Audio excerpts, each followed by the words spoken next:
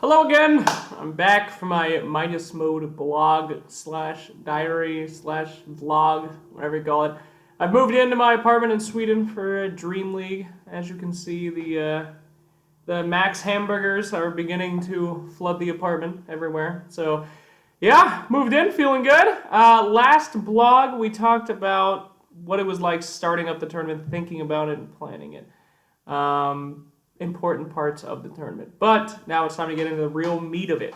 The real things that are important. The teams, the people that are going to be playing in the tournament, and what that process was kind of like.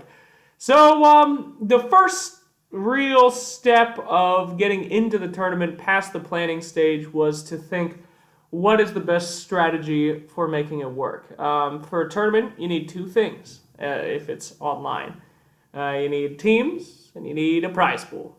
So, first step was thinking, okay, how do I get that? What do I do? Because it's kind of a chicken and the egg argument. Teams don't want to go to events that don't have a prize pool, but how are you supposed to get money when you don't know what teams are coming? So it took a while to kind of decide what avenue I wanted to pursue first. Do I go for the sponsors or do I go for the teams? I actually found something very interesting. When I approached people and asked them for their advice, some of those people decided that they would just start planning the tournament with me.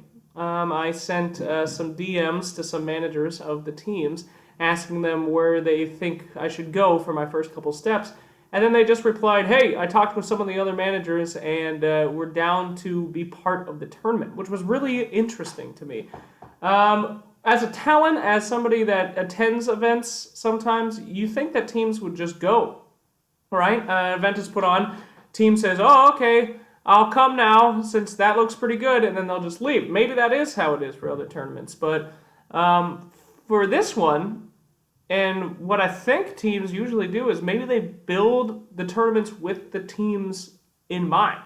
Especially for this tournament, stuff like the brackets, stuff like the times, the dates, were built hand in hand with the teams that wanted to commit early, which was pretty interesting. I mean, in a way, it's strange, right? Because you're giving these guys money. You know that one of them's going to win. So they're kind of building the tournament around themselves to make that money. But it's also the best way to do it because they are also going to commit to that promise that that money will be there and try to make the product as good as possible. So it was just super interesting. I thought that teams would mostly be kind of stepping back from that and just be getting invites. They wouldn't be interested in the back of house planning and stuff. They would simply look at the offers and say, yeah, I like it, or no, I don't. But that's not the case. All the teams that I approached really wanted to be part of the planning process and set up the tournament to be under stipulations that they thought were good. So, yeah, that was cool. And it sounds like it was a negative thing, maybe, that these guys kind of wanted to move in and set this up, but it was seriously just a giant positive because they have a lot of experience. Teams know what they like, they know what they don't like, and they know what everyone else is going to like and don't like. So, building stuff with the teams rather than for the teams is definitely an interesting thing that I did, and I didn't know that was a possibility. But apparently, I don't know if that's the standard, but it was a pretty good process right there. Anyway, so yeah, the first couple teams that I went for, or not even teams that I actually went for, I just sent messages to some of the managers, and they just said, yeah, hey, we want to do this. This sounds awesome, and let us help you make it so that it's correct, so that nobody has a bad time or has any problems. And it was great. And then, I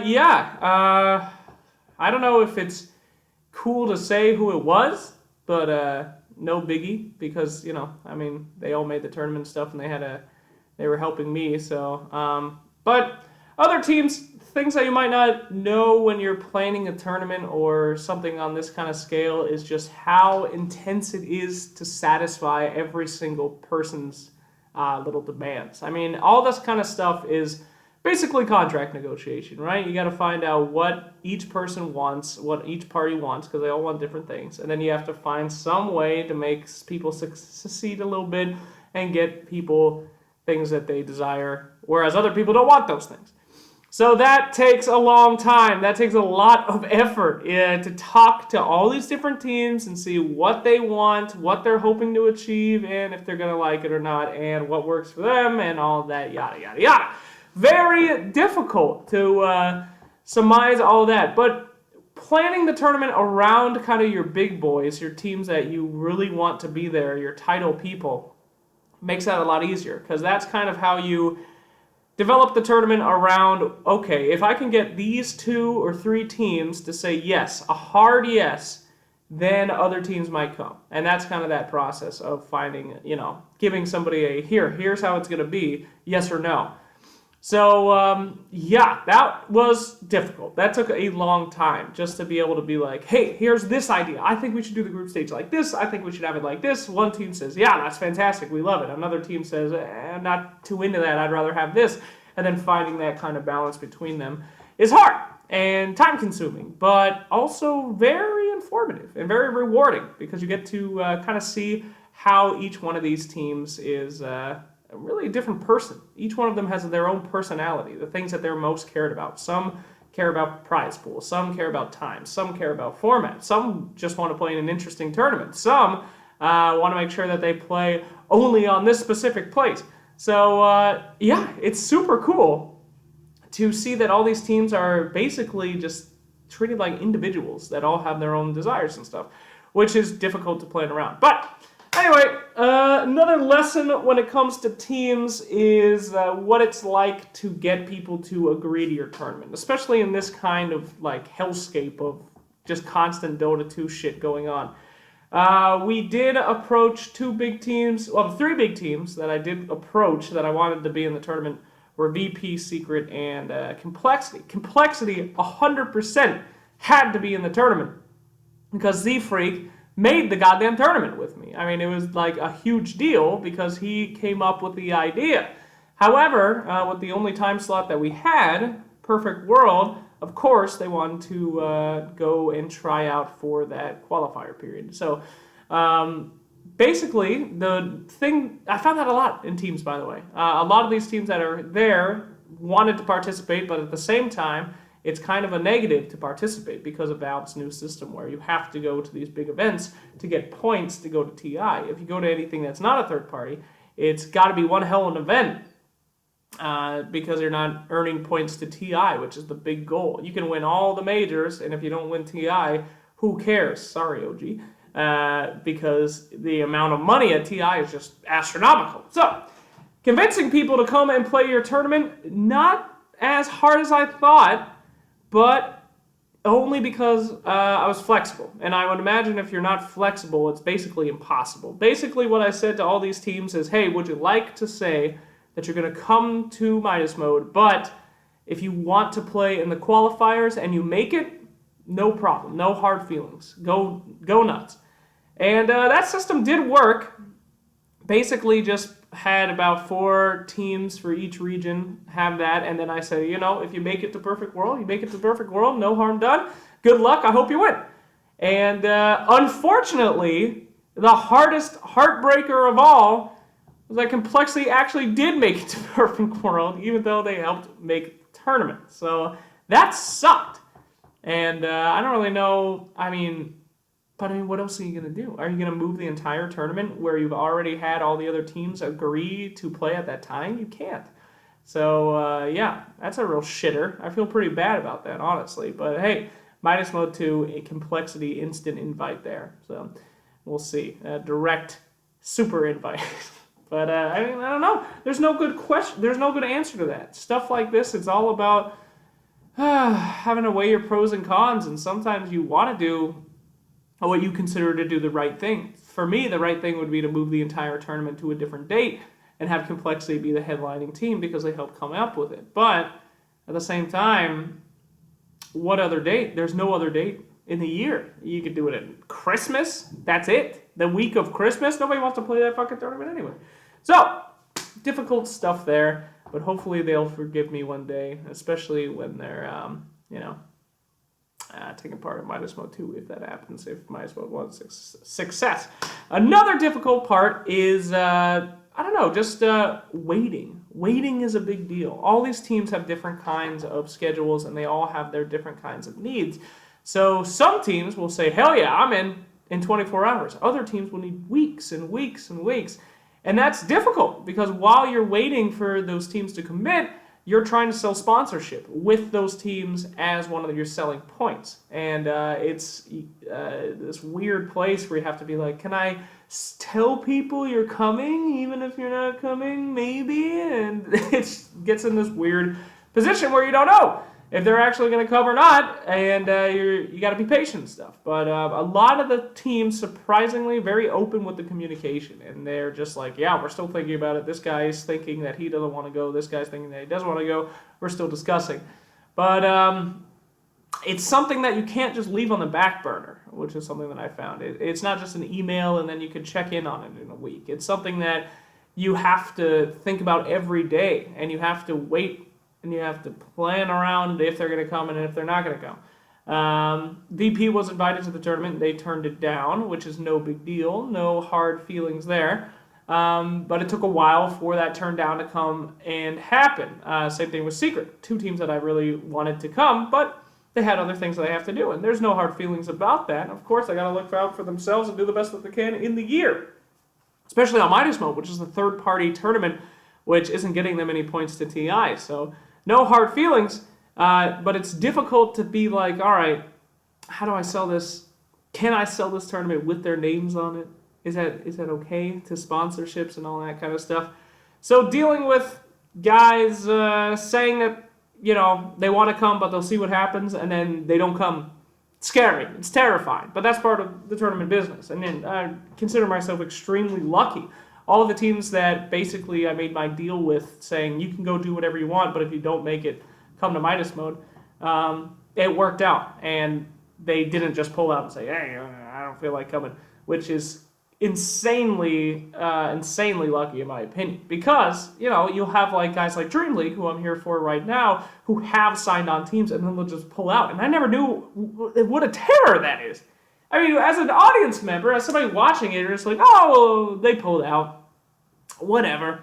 It's fine. They'll find a replacement team. But there's so much that goes into the process of making a tournament around these teams. It's so integrated that if somebody just pulls out, it's literally like pulling the rug out from under you. I mean, these are some, at least from the way I did it, I was trying to sell sponsorship on these teams, and I was trying to find the audiences that I thought would correlate with these teams, building that tournament around their personalities. So, I couldn't imagine if one of my teams that I built the tournament with just dropped out. It would be a fucking nightmare. Because the tournament is literally designed to that team specification, and then they pull out? Then what do?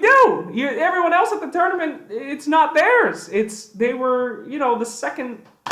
It's just crazy. I can't imagine what that must be like to have all this investment around specific team personalities and then just have them bail on you. It's fucking terrifying. So a lot of respect for tournament organizers that have dealt with that in the past. Luckily, it wasn't really a serious situation. The conversation was still, hey, do you want to maybe come? Yeah, we're kind of thinking about coming. Oh, sorry, it turns out that we can't come. That's fine. And even that was super stressful. I can't imagine having like them actually on all the advertisements, them locked in and then saying they're not coming. That's fucking crazy. So yeah, just a huge new perspective on kind of the intensity of that kind of situation with the teams. Besides that, when it comes to communication with teams, when it comes to all this planning and stuff, couldn't be more open and helpful. I didn't really have any problems with any teams. Everybody just wanted to do stuff. It's actually super impressive how much these teams want to play. You would think that they would be bored playing all the time and going to all these different tournaments and they wouldn't feel like it. Or else they would treat it at least like a job, right? I mean, it's just like, yeah, okay, maybe I'll go. Maybe if you increase this, and this. But no, I mean, it was just really personal experiences, just people talking to people. So I was pretty impressed that these teams not only want to play, they're interested in each tournament. And yeah, just a lot of questions. It wasn't just a yes or no. It was, hey, what is this, and this? Can you send me rules for this? What happens if this happens? So it was super fun. I would have to say, out of the entire process, team communication, building the tournaments with the team's input and signing people on is a super fun process. I had a really good time. So that's probably going to be one of the highlights of the tournament being put on in general, just that whole thing. So we'll see. Now this is all hypothetical. You see, this is all positive. If the tournament's a complete fuckfest, if it's horrible, then you lose all those reputations with those teams, and all those teams trust you. They help build something with you. Let's say the prize pool isn't where I needed to get. I don't get any sponsorship. Those teams fucking hate me now. Because I tricked them into coming to something with promises that ended up being false. Is that going to happen? I freaking hope not. But this is all under the presumption that everything that I said will go through. And it is a risk, especially because it's not like... it's behind Moonduck, so, it is by a company, but, it's a huge potential loss. That's one thing, is that because it's so personal, because these teams are like people, you screw them over, and I would imagine that's just it. They're never going to trust you again. You're going to be the Shanghai Major of tournament organizers, and people will just avoid you. I can imagine that having to rebuild your reputation would be almost impossible in this kind of field because the stuff is so personalized, because people invest so much and care so much about stuff. So, yeah, let's hope it works out. Or this first venture is the last venture. Yeah, what a scary thought. But, so basically that's about it for teams. Teams are, in a nutshell, less scary than you would think. Inviting them isn't just you send them an email and say, do you want to go? A lot of teams are invested. A lot of teams want to know the ins and outs of what you're thinking because it means a lot to them as much as it means to you. It's their brand being represented. It's their time commitment. It's their sacrifice, especially when you're running a third-party tournament that isn't like a major or a minor. They are sacrificing something to be there, whether that is... practice time for the next big tournament or all that other stuff. And, you could say, okay, they're not sacrificing. They're going for a prize pool. But it's a joke prize pool comparatively to a major or minor. That's just honesty. No one's going to be raising $1 million for a third-party tournament. So it's chump change. And if teams want to be part of something like this, it's because of the... kind of the goodness of their heart to be part of something from more of a community standpoint. So, as far as it goes to the teams that we have, I'm super happy with it. It's unbelievable, the teams that I got to be part of this thing. Mostly, I don't know how. I don't know how. Just allowing them to be open and kind of playing the tournament around what they wanted was maybe how it happened. But, contacting the big dogs first and then sending invites later after the big dogs committed was the strategy I employed, which worked out really well. People want to play against good teams, so if you find the good teams and you get them to sign on first, then you can send the invites to the up-and-coming teams because they want to be there. They want to scrim. They want to see all the secrets of the big teams and have that practice in a competitive environment. So that is basically it.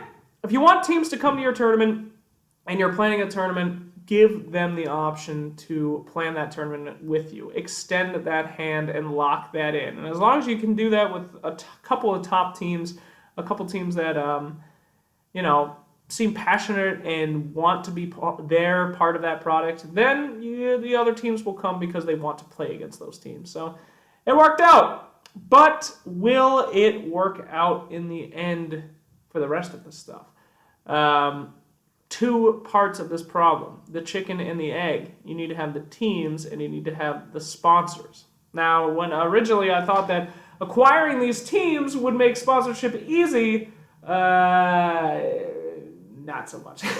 But that is something that we'll talk about on the next video. I don't imagine anyone's going to be watching these little diary things, but if you are here watching them, thank you. It is mostly for me, though, just as a reminder to how I'm feeling and what the process was like for me. So I hope you're enjoying this little insight into what it's like to build a tournament from scratch. And when you watch those teams, just remember, those people are people, and they're not just faceless organizations, all with their own hopes and desires. So have a little bit of respect for those teams, especially when they're playing in non-Valve sanctioned events. Helping out the little guys. So anyway, thanks for watching. We'll see you tomorrow with the sponsorship.